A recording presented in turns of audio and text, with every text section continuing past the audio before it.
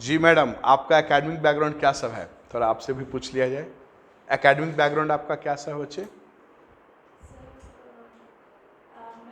Graduate हूँ। अच्छा, very good. अभी से मास्टर्स कर रही हूँ। किस सब्जेक्ट में कर रहे हैं? इंग्लिश में कर रही हूँ sir. Oh my God, English. English literature, right?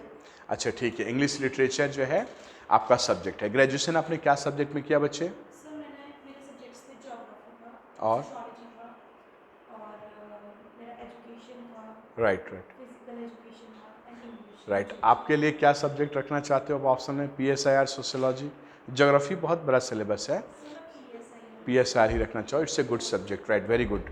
PSIR। देखो बच्चे, आपको एग्ज़ाम के बारे में पता है सारा कुछ? Yes sir syllabus. सिलेबस पता है? आपने PT का मेंस का सिलेबस देखा है? हाँ जी। पक्का? जी सर। ठीक है। मेंस में जो GS का पेपर है उसके बारे में बताइए। जो मेंस में GS के पेपर है उसके बारे में बताइए। सर जीएस में 200 मार्क्स पेपर होता है जीएस का। GS का 200 मार्क्स का पेपर होता है कि 250 मार्क्स का? 250 का होता है। 250 का, राइट। मेंस की बात करें, हाँ। उसके बाद सर वो 2 पेपर्स होते हैं। राइट, 2 पेपर हैं GS के या 4 पेपर हैं? GS के 4 पेपर होते हैं, ओके सर। राइट, ठीक है। और उसके बाद एक ऐसे राइटिंग भी है।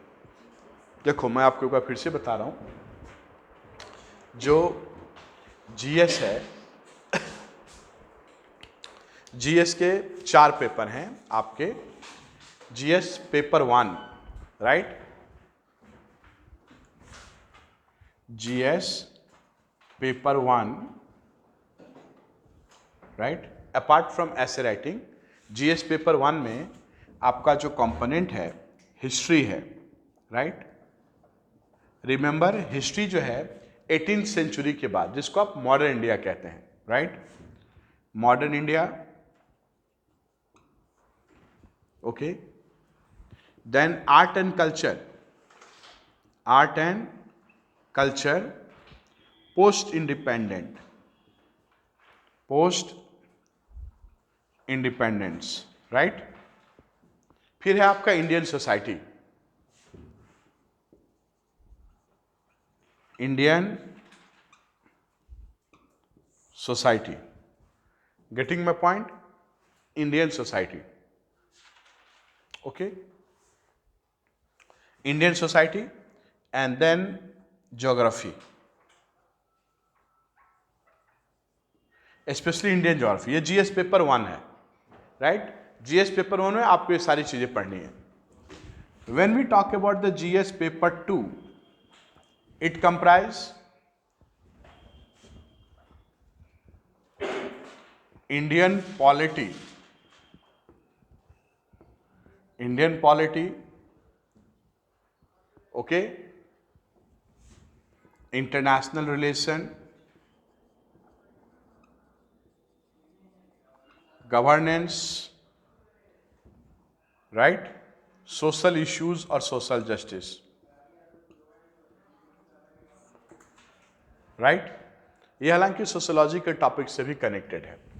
ये हो गया GS पेपर 2।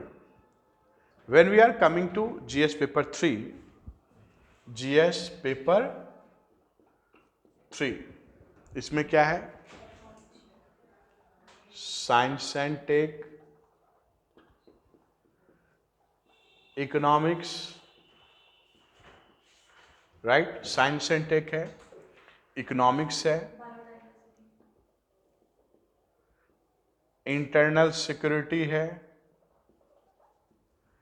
डिजास्टर मैनेजमेंट है, और आपका ecology and biodiversity, ecology, right,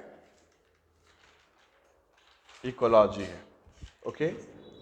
when we are coming to the paper number 4, right, that is thoroughly a ethics paper, ethics paper 4 की बात अगर हम करें तो it is purely ethics paper, right. तो ये GS के 4 पेपर हैं। इस पेपर को ही आपको मास्टरी करना है। अगर आप इस पे मास्टर हो गए, आई मीन सब्जेक्ट पे मास्टर हो गए, you can secure a good marks, right. हर कंपोनेंट के लिए आपको प्लान बनाना चाहिए, every component, for each and every component. For example Indian polity, you consult D Basu, M Laxmikanth, Subhash Kashyap. इसी तरह IR के लिए कंसल्ट करना है, गवर्नेंस के लिए कंसल्ट करना है, हिस्ट्री के लिए करना है, चाहे बिपिन चंद्रा पढ़िए, चाहे नितिन सिंघानिया पढ़िए, इंडियन सोसाइटी के लिए करना है, सोशल जस्टिस के लिए, इकोनॉमिक्स के लिए, इंटरनल सिक्योरिटी के लिए, डिजास्टर मैनेजमेंट के लिए, साइंस एंड टेक के लिए, एथिक्स के लिए। GS के चारों पेपर को आपको प्लान्ड मैनर में तैयार करने की जरूरत है, right. One more thing you need to do, that is the 3 magazine you have to read, this is mandatory, Yojana, Kurukshetra and World Focus. World Focus आपको इंटरनेशनल इश्यूज के साथ अवेयर करेगा, राइट है। योजना कुरुक्षेत्र आपका नेशनल जो इश्यूज है उसके साथ आपको अवेयर करेगा, राइट है। मैं ये नहीं कहता कि साइंस पर भी कोई मैगजीन आपको बहुत ज्यादा लेने की जरूरत है, राइट है, लेकिन आपको द हिंदू पेपर या इंडियन एक्सप्रेस आपको पढ़ना चाहिए, PIB के साइट्स वगैरह देखने चाहिए, राइट है। हिंदू पेपर आपको आधी 1 घंटा रोज पढ़ना है। तो ये सारा एक्सरसाइज आपको करना है। क्वेश्चन आजकल जो आ रहा है वो अप्लाइड एस्पेक्ट पे आ रहा है। आप सिर्फ बुकिश पढ़ के नहीं होगा, बुकिश ठीक है, बुक तो आपको पढ़ना ही पड़ेगा, लेकिन क्वेश्चन काफी डायनामिक नेचर का आ गया, काफी जो है अप्लाइड एस्पेक्ट है। UPSC का जो क्वेश्चन है मेंस का वो काफी अप्लाइड एस्पेक्ट है, राइट। तो ये सारी चीजें आपको करने की जरूरत है। अगर आप एक डिसिप्लिन और सिस्टमैटिक मैनर में प्रिपेयर करेंगे, you will definitely qualify the exams. देखिए, अब जब आपका इंग्लिश लिटरेचर की बात आ रही है तो आप तो उसको रखे हुए हैं, तो सब्जेक्ट आपका कंपटीशन में ठीक नहीं है, आपको एकेडमिक जॉब में तो ठीक है, आप टीचर बनेंगे, प्रोफेसर बनेंगे, नेट वगैरह करेंगे। PSIR is a very good optional.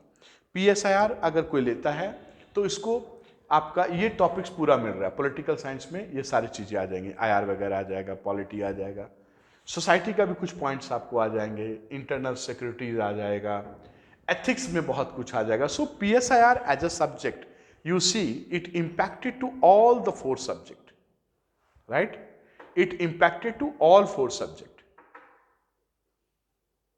Getting my point?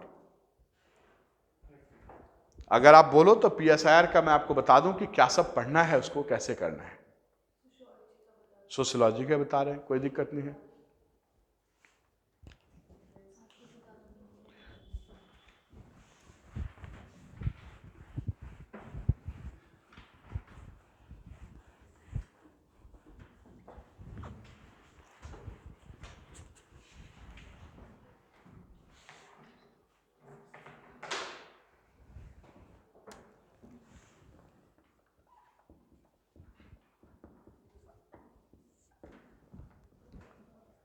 PSIR का पहले कर बताते हैं, फिर आपको सोशियो का बताते हैं। देखो बच्चे, जो UPSC का क्वेश्चंस है मेंस का, उसमें आपको सबसे पहले देखना है सेक्शन A और सेक्शन B। चाहे आप कोई भी सब्जेक्ट लेते, आइदर सोशियोलॉजी, PSIR, राइट। तो पहला जो क्वेश्चन होता है, मैं तो ज़्यादातर PSIR की बात कर रहा हूँ, तो जो पहला क्वेश्चन है, क्वेश्चन नंबर 1, इसमें आपको 5 क्वेश्चन पूछे जाएंगे। There will be the 5 question, right. Question number A, B, C, D, E, right है। This is the compulsory nature, right. Question number 1, question number 2 A, B, C, question number 3 A, B, C, ऐसे करके 4 number तक question है, right. Then you come to question number 5। Section 5 में, section B में question number 5 पे आप आ रहे हैं। Question number 5 is also compulsory nature. यहां भी शॉर्ट क्वेश्चंस आएंगे, A, B, C, D, E, right है। Then 6 number, 7 number, 8 number. So what I would like to say, out of 8 question you have to attempt 5 question, but question number 1 and question number 5 is compulsory. Question number 1 and question number 5 is compulsory, and rest जो है आपको you have to take 1 question from each section. A से भी लेना है, B से भी लेना है। अब एक क्वेश्चन कहां से लेना है, this is depend on your choice. Getting my point? So एक जो पेपर है, कोई भी पेपर, पेपर 1 या paper 2, there are 2 paper. Paper 1 250 marks का है, राइट, 250 मार्क्स का है। तो पहला क्वेश्चन कंपलसरी है। अगर हम PSIR की बात करें तो पहले क्वेश्चन में थ्योरी थॉट से क्वेश्चन है, राइट है, पहले सेक्शन में थ्योरी थॉट से। सेकंड में हम देखते हैं गवर्नमेंट एंड पॉलिटिक्स से है, IGP से है, राइट। एंड थर्ड वन में हम क्या देखते हैं, अगर हम नेक्स्ट देखेंगे पेपर 2 में IR या और भी चीज़ें कंपैरेटिव पॉलिटिक्स आता है। इसी तरह अगर आप सोशियोलॉजी की बात करो तो सोशियोलॉजी में इंडियन सोसाइटी पहला जो टॉपिक्स है हमारा, पहला जो पेपर है इंडियन सोसाइटी से रिलेटेड है। पेपर 2 है वहाँ पे, एक पेपर है आपका जनरल सोशियोलॉजी, दूसरा है इंडियन सोसाइटी। तो पेपर 1 जो है थोड़ा सा अप्लाई थ्योरेटिकल पार्ट है जिसमें थिंकर वगैरह आते हैं, और पेपर 2 इंडियन सोसाइटी है। इंडियन सोसाइटी के लिए राम आहूजा का बुक पढ़ना जरूरी है, या आप चाहो तो गाइड बुक ले सकते हो CN शंकर राव के, या नितिन सिंघानिया भी आप देख सकते हैं। और पेपर 1 के लिए CN शंकर राव की बुक या इग्नू मटेरियल आप ले सकते हो। कुछ लोग हरलंबस की बुक भी लेते हैं, बट आई डोंट थिंक कि उससे आपका सारा कुछ निकलेगा। Nitin Singhania is quite good book, right. तो आपको PSIR के लिए कुछ बताया जाए कैसे पढ़ना है, क्या पढ़ना है? पॉलिटिकल साइंस के लिए बताना है? अभी नहीं बताना है। पॉलिटिकल साइंस में हम देखते हैं कि जो बेनिफिट है, सबसे बड़ा जो बेनिफिट है वो हम ये देखते हैं कि Indian government and Indian politics, जो पेपर 1 का फर्स्ट हाफ है वो तो थ्योरी है, प्लेटो अरिस्टोटल वगैरह, वो आपको थिंकर का जो पार्ट है एथिक्स का वहाँ कवर करेगा। PSIR एक ऐसा सब्जेक्ट है जो 4 के चारों पेपर को अफेक्ट कर रहा है। सेक्शन 1 का जो पार्ट है वो एथिक्स पर जाता है, एथिक्स। सेक्शन B है इंडियन गवर्नमेंट एंड पॉलिटिक्स, इसमें इंडियन कॉन्स्टिट्यूशन वगैरह आपको डालना है, राइट है। M. Lakshmikant, BL Fadia, it is a good source. And then you are coming to paper number 2, that is the IR, international relation, जैसे India China, India Pakistan, right. उसके लिए VK Malhotra, UR Ghai को आपको पढ़ना है। पॉलिटिकल साइंस एक ऐसा subject है जो चारों GS को प्रभावित करता है, इन्फ्लुएंस करता है, और यहाँ अच्छे खासे रिजल्ट है, पॉलिटिकल साइंस के रिजल्ट अच्छे हैं। चलिए यूथ वाला आप एक बार रिवाइज कीजिए।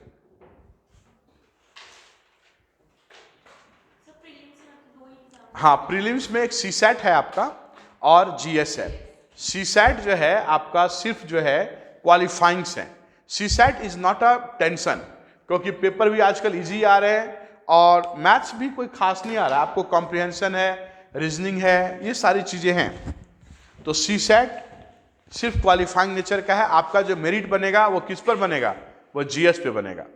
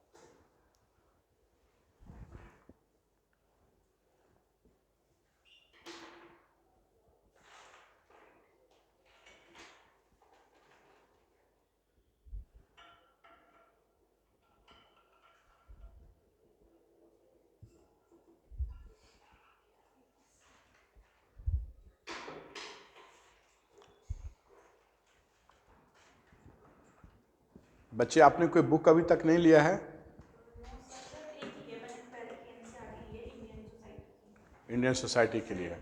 हाँ ठीक है, इंडियन सोसाइटी की बहुत अच्छी बुक है। की। सर 11th की भी लेनी है ना एक वो, पर वो इंडियन सोसाइटी। नहीं तो बस मत लेना, इसी को लो, इसी काफ़ी है, काफ़ी, this is more than enough. एक बार दिखाओ तो बच्चे, Indian society it is a very good book, आपको इससे मिल जाएंगे, योजना परिषद पढ़ते रहो।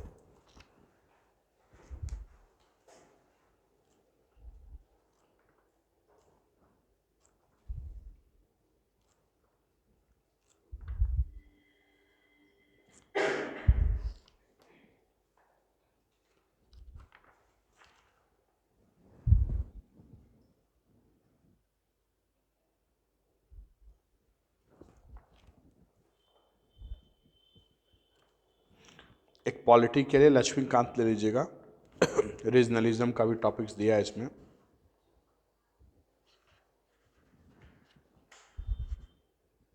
और कोई बुक लेनी है सोशियोलॉजी इसकी, इंडियन सोसाइटी की? एक बुक आप राम आहूजा का देख सकते हो, इंडियन सोसाइटी राम आहूजा, या आप मेरे नोट्स ले सकते हो। पियर्सन पब्लिकेशन का एक बुक ले लेना, इंडियन सोसाइटी पे बहुत है, उससे ज़्यादा कुछ तब कुछ मत लेना, आप पियर्सन पब्लिकेशन की एक बुक ले लेना। या इसने भी एक आईएएस का कोई नोट्स दिखा रहा था मुझे, आप? हाँ तो वो भी देख सकते हो। ये जीरोक्स ले लो इनको, ये देखो ओनली आईएएस का ले ना, ये वाला जीरोक्स इनको दे सकते हो, अब ये वाला ले लो, ये भी ठीक है, मटेरियल आपको काम आ जाएंगे, इसका भी आप देख सकते हो। ये दोनों book is more than enough.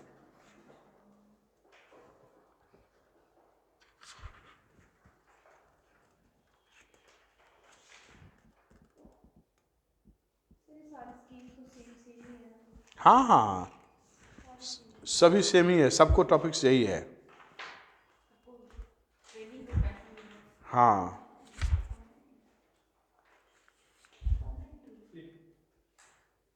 PDF या प्रिंट आउट निकाल सकते, पीडीएफ देखिए।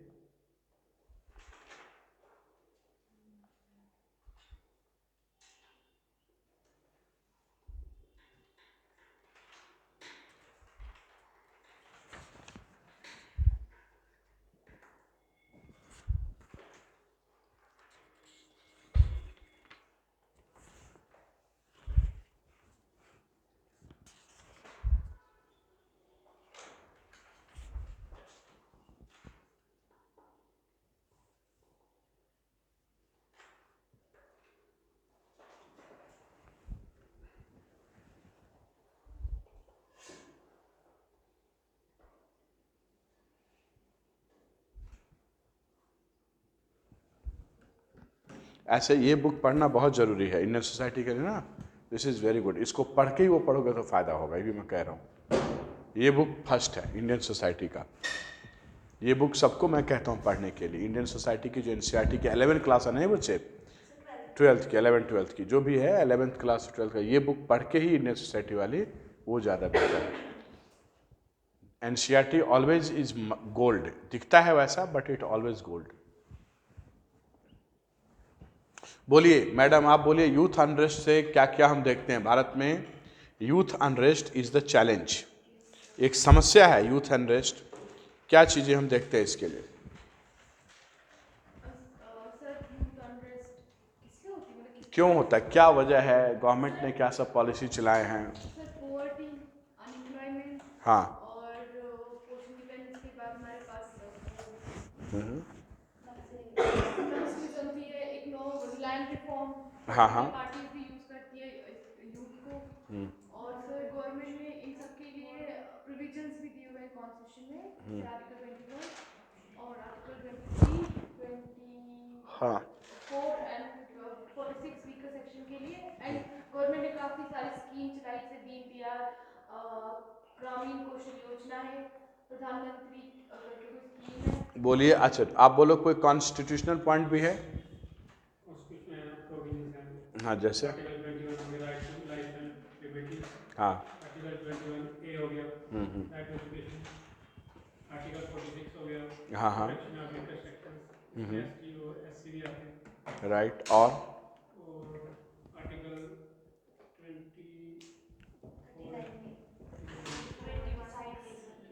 21 ठीक है, आर्टिकल 39A और चाइल्ड यूथ का आता है इसमें। ठीक है, उसके बाद एक्ट्स भी है जो नए article 24 prohibition of child labour. Child labour act. ठीक है। आप बताइए बच्चे, यूथ क्यों भारत में एजिटेट कर रहा है? आप भी बोलिए, न्यू कमर, आप भी बोलो, पहले इनको हाँ बोलो, यूथ क्यों एजिटेट कर रहा है? क्या है यूथ अनरेस्ट के पीछे रीजन? ठीक है, राइट है, अनएम्प्लॉयमेंट और ठीक है। आज हम लोग पॉलिटी एक नया टॉपिक से चालू करेंगे, ठीक ना? तो 10 मिनट के बाद करेंगे। हम लोग चाइल्ड से रिलेटेड कुछ स्कीम्स अभी लिख रहे हैं, कल हम इस पर डिस्कस कर लेंगे। कल इस टॉपिक्स का फाइनल क्लास है, मंडे से we will do to the internal security. आप प्लीज थोड़ा सा लिखिए, child related welfare schemes, child related welfare schemes, welfare schemes, बच्चों के विकास के लिए, बच्चों के डेवलपमेंट्स के लिए कुछ स्कीम्स हैं। हम इस टॉपिक्स को कल डिस्कस करेंगे, राइट है, कि बच्चों से क्या समस्याएं हैं, बच्चों का इश्यूज क्या है। अभी मैं सिर्फ आपको वेलफेयर स्कीम बता रहा हूं। लिखिए mid day meal schemes,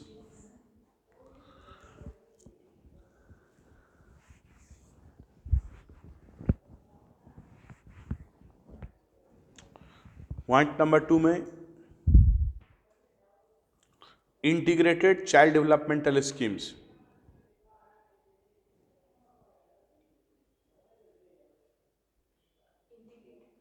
developmental schemes, integrated child protection schemes,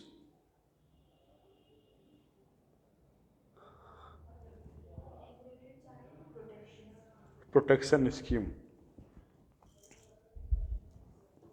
सर्व शिक्षा अभियान,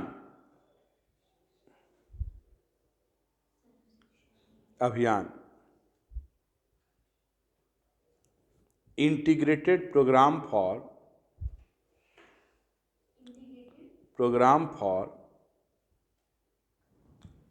स्ट्रीट चिल्ड्रन,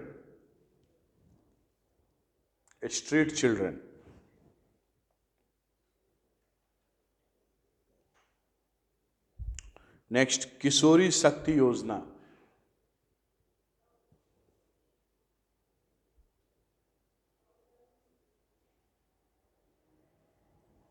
नेक्स्ट वीट गेहूं कनक, wheat based nutrition programme,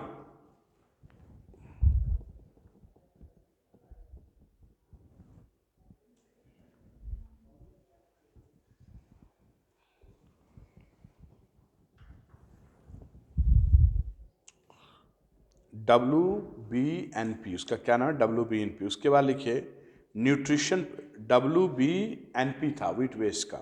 next है आपका nutrition programme for adolescent girl, nutritional programme for adolescent girl, NPAG।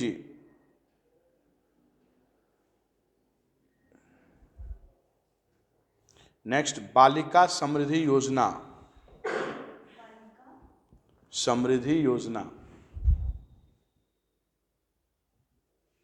कोई एज क्राइटेरिया है? नहीं, मैं कल इस पर डिस्कस करूंगा, अभी मैं सिर्फ थोड़ा सा लिखवा रहा हूँ। I will discuss women related, जो चाइल्ड रिलेटेड इशूज टुमारो। क्या लाइन था उसके बाद? बालिका समृद्धि। नेक्स्ट है initiative to combat trafficking, initiative to combat trafficking of women and children, to combat trafficking of women and children.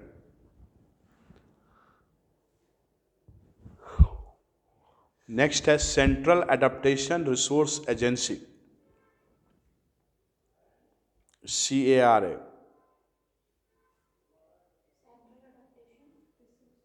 Resource agency. Next है Shishu Griha scheme,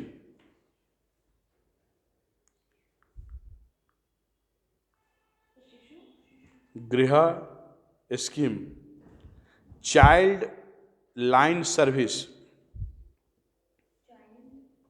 line service,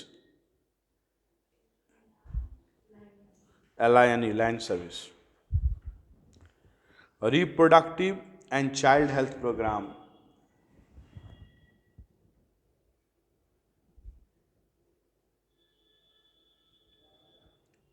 next scheme for working children,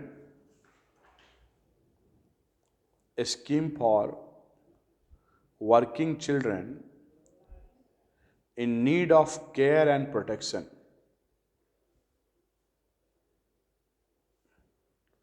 national, next है care and protection, next है national child labour project. ये जो national child labour project है ना बच्चे, वो 87 से चल रहा है। हाँ 87, वो बच्चों को रिहैबिलिट करना, बच्चों को जो है लोकेट करना।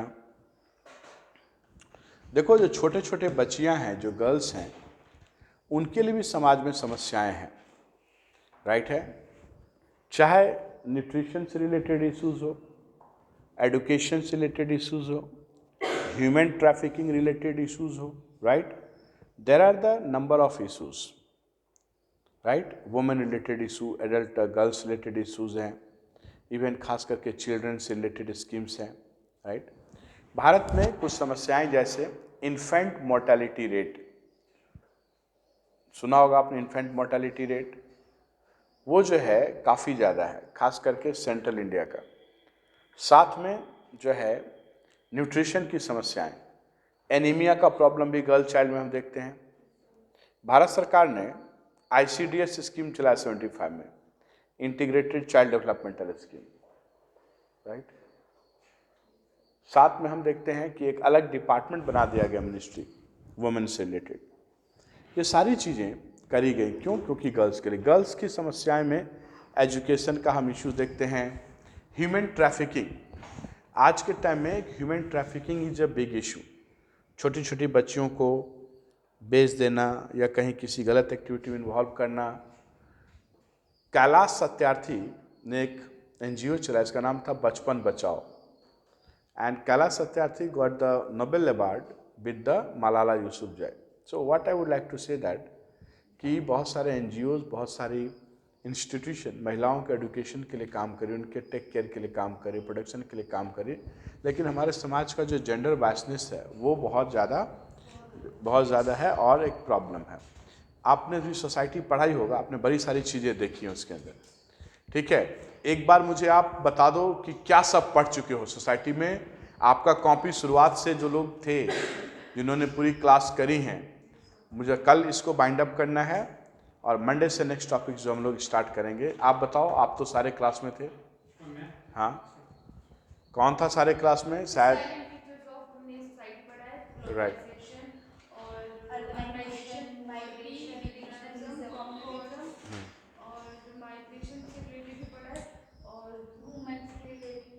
वुमेन से रिलेटेड इश्यूज पढ़ा।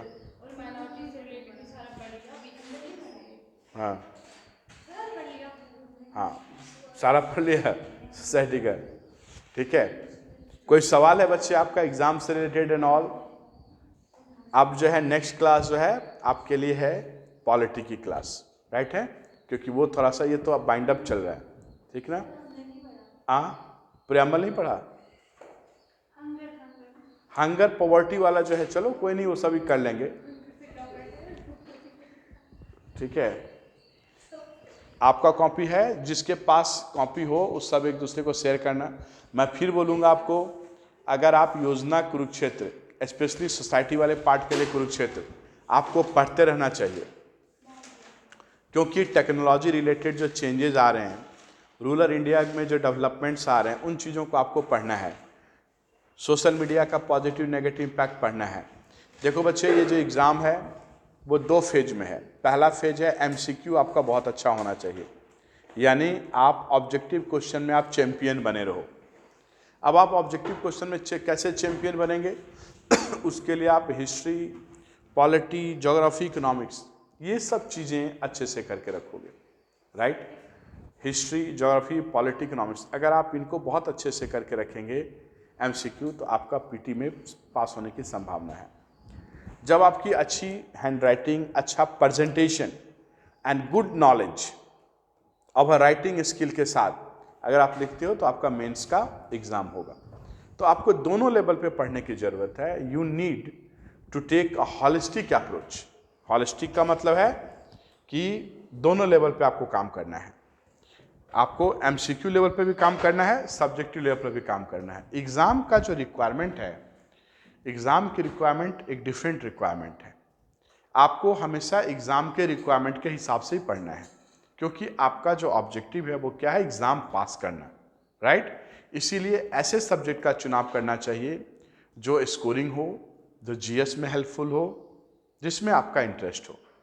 ऐसा प्लान आपको करना चाहिए जिससे आप एग्ज़ाम को क्वालिफाई कर सको, राइट है, क्योंकि एग्ज़ाम क्वालिफाई करना ही आपके लाइफ का एकमात्र उद्देश्य या गोल है।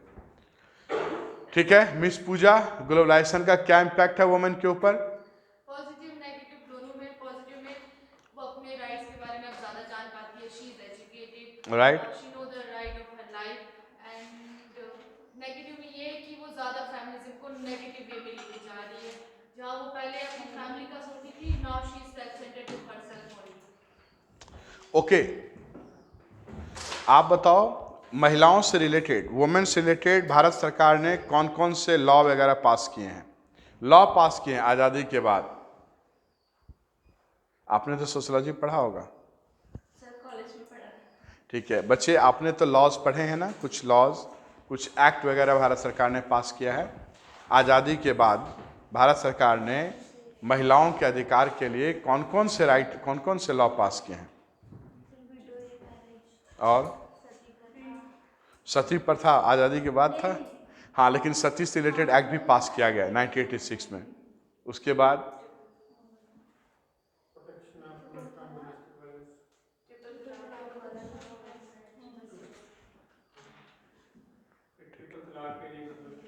राइट, सर एज भी बढ़ा दी है, उससे नीचे